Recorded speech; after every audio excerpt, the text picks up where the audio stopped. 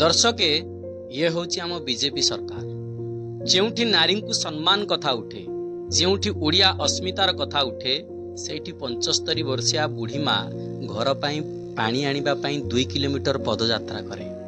जेउठी नारीर सम्मान आमर सम्मान कथा उठे सेठी घरर सम्मान राजरास्ता को उठे टोपाए पानी पाई। स्वाधीनतार अनेक वर्ष परे भी कौन ए गाँ स्वाधीनता पाइछि?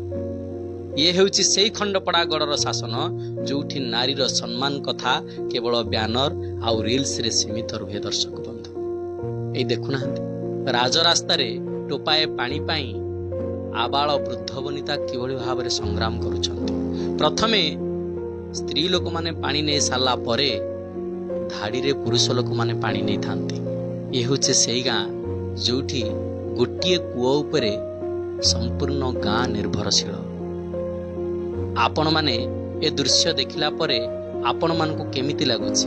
आपण मानकु जेमिति लागुछि ठीक आम मानकु मध्य सेमिति लागुछि।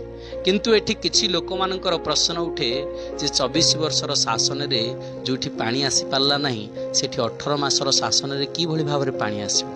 मु सेई मानकु प्रश्नर उत्तर दबाकु जाई कहे 24 वर्षर शासन रे ए गाँ को पानी आसी पारलानी बोली ए गाँ रो आराध्य देवी माँ सुलिया ठाकुराणी को समस्ते शपथ करी बीजेपी सरकार को भोट देथिले। किंतु बीजेपी सरकार भोट आउ तांको प्रतिश्रुति ब्यानर आउ रील्स रे रहीगला।